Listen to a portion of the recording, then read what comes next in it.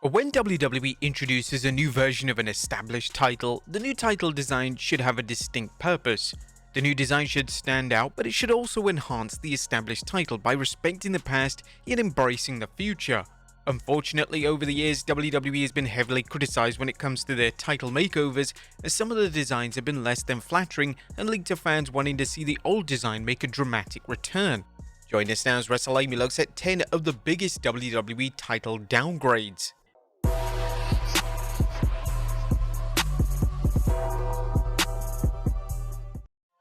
Be sure to subscribe and hit that notification bell for daily wrestling videos, and follow us on Facebook for exclusive lists. Also check out our new website, Wrestlelamia.com. Number 10. ECW Title. The original ECW title was used on WWE programming when the company relaunched ECW in 2006. This was the right move, as the title is a perfect representation of what ECW is, and the title certainly had its fans. Sadly, a few years into the relaunch of ECW, the WWE version of ECW had completely lost its way, and it was nowhere near what made ECW so popular. WWE knew that the ECW title represented the old era, so they made the call to introduce a brand new version of the ECW title. On the July 22, 2008 edition of ECW, Teddy Long presented Mark Henry with the new title design. The design featured a large black leather strap with a silver centerpiece. And the obvious issue with the title is the fact that it's silver as opposed to gold. This was further evidence that WWE didn't value the ECW brand, and fans saw the silver design as yet another spit in the face to ECW faithfuls. Number 9. Tag Team Titles. WWE up until the 2010 seemed to have a great understanding of what design to go with for the tag titles. However, in 2010, WWE ditched the two respective tag title designs that had been with the company since the Ruthless Aggression era. WWE would have Bret Hart present the Hart Dynasty with the new titles, which were belts with black leather and a copper centerpiece. These title designs were instantly met with negative reviews because it was so unimaginative and lifeless. It was such a terrible design, and even the individual who made the belts, Dave Millican, was fully aware that the fans would hate it. Speaking on the Pancakes and Power Slams podcast, he stated, "I begged them, please let me make them nickel, let me make them gold, let me make them silver and gold. Just don't make me do copper," and it just came down from the top that copper is what they wanted. I think in particular, Stephanie McMahon really just wanted to do something different. Yeah, different doesn't always mean better. Number 8. Raw Tag Titles. The WWE would stick with their dreaded copper design for the next 6 years, and that was until reports surfaced that they were set to debut new tag titles on Raw. In late 2016, they finally revealed the new titles, and they were presented in a lackluster backstage segment. The copper center and side pieces were now silver, which was a great decision, but the strap was now red to represent Monday Night Raw. The design was unbelievably lazy, and must have taken WWE about 30 seconds to come up with. The main reason that they introduced a new tag design was to match SmackDown's version of the tag titles, as the version for SmackDown was the exact same, just with a blue strap to represent SmackDown Live. Number 7. NXT Title. Due to WWE giving NXT a soft relaunch in 2021, they decided to give the NXT title a slight makeover.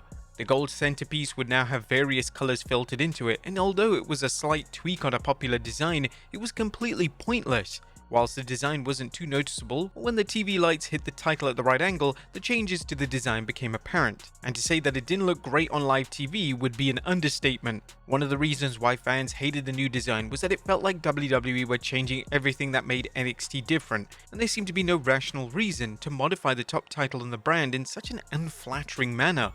Number 6. The Cruiserweight Title. WWE couldn't have produced a better design for the Cruiserweight title in the early 2000s. The title delivered the perfect balance of honoring the WCW version of the Cruiserweight title whilst representing the WWE branding and style of titles that were common during the respective time. When they revamped the Cruiserweight division in 2016, there was a push from fans to see the title design return, or at the very least modify it for a modern audience. Unfortunately, WWE didn't want to honor the design in any way, and their design choice wasn't what fans had in mind. The new version of the title would have a hideous purple strap, which was supposed to represent the branding of 205 Live, and the center and side pieces would be silver, and of course WWE plastered a big WWE logo in the center. It was underwhelming, and it could certainly be argued that the title looked like a toy that was made by Mattel. Number 5. The Women's Divas Title. Between 2008 to 2010, WWE would have two women's titles on the show, the Divas title and the women's title. When the two were unified in 2010, fans hoped that the classic women's title would be used, as that version of the title had a classy appearance and the consensus on the Divas title design wasn't the best. They made the daring move to completely abandon the women's title design, and the Divas title would now be the primary women's title in the division. Whilst not a makeover as such, WWE believing that the butterfly design of the Divas title was a better look than the classic women's title was without a doubt a creative mishap. In terms of direct makeovers that WWE had made to establish the women's title, they once allowed Lay Cool to carry half of the classic women's title, each which looked totally ridiculous, and it made the title look like an utter joke.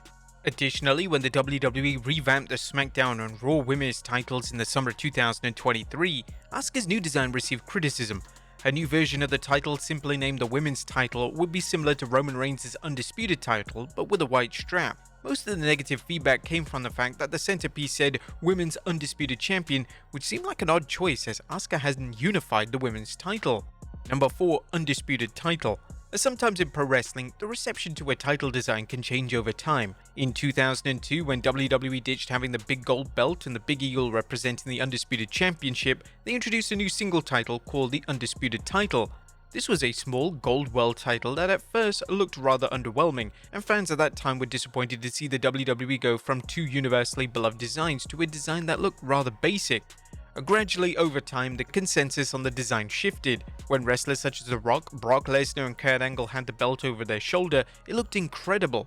It was a perfect belt for TV, and the title design is now often named as one of the more underrated title designs that WWE have ever come up with. Number 3. The Big Gold Belt. Now, it goes without saying that the Big Gold Belt is one of the most popular title designs in pro wrestling history. WWE used the title initially as the WCW World Title, then in 2002 it became their permanent world title on Raw to counteract SmackDown, who had the WWE Championship. One of the reasons the title stands out is because the gold centerpiece is so noticeable and grand, and whenever a wrestler wears it over their shoulder or around their waist, they look incredible. Names such as Ric Flair, Booker T, Goldberg and Sting all looked like $1,000,000 with the title, and it was truly the definitive world title. However, over time, WWE began to shrink the world title design down, and this was met with heavy criticism. The design became smaller and smaller, and when wrestlers such as Mark Henry and Big Show won the prestigious gold, the title looked kinda ridiculous. Number 2. Intercontinental Title. In 2009, WWE decided it was finally time to introduce a new design for the Intercontinental Title. This wasn't a decision that fans were excited about, as the present design of the IC title was classic, popular, and more importantly looked amazing. The new design had a black strap with a gold center and side pieces. It was hard to get used to, and most of the negative feedback came from fans questioning what the point of the redesign was. Whilst fans have somewhat managed to get used to the new design, the design is certainly missing something, and that's the color blue. Fan art showing the belt with blue added to the center is a vast improvement, and even the title on a white strap would make the title look 100% better. And number 1. WWE Title. There have been a number of custom WWE titles over the years, and without a doubt the most infamous was John Cena's custom WWE title, first introduced in 2005. At first, fans assumed that this was a basic gimmick belt and that the design would go away once Cena dropped the title. In fact, WWE continued to use the title for the next 8 years. The design was scolded by fans as outside of Cena, the title looked unusual on names such as Triple H, Randy Orton and Batista. The reason the design overstayed its welcome was ultimately money. The design was incredibly popular with the young demographic, and they weren't going to pass up selling replica versions of the spinner belt. WWE did eventually make a slight modification to the design, as it would fix the WWE logo in the center so it would stop spinning. This was a vast improvement, but even still it would have made more logical sense for WWE to introduce a new version of the title and keep the spinner title exclusively for Cena. But there you have it folks, 10 of the biggest WWE title downgrades. Be sure to leave your comments down below, and I'll see you next time with some more wrestling content.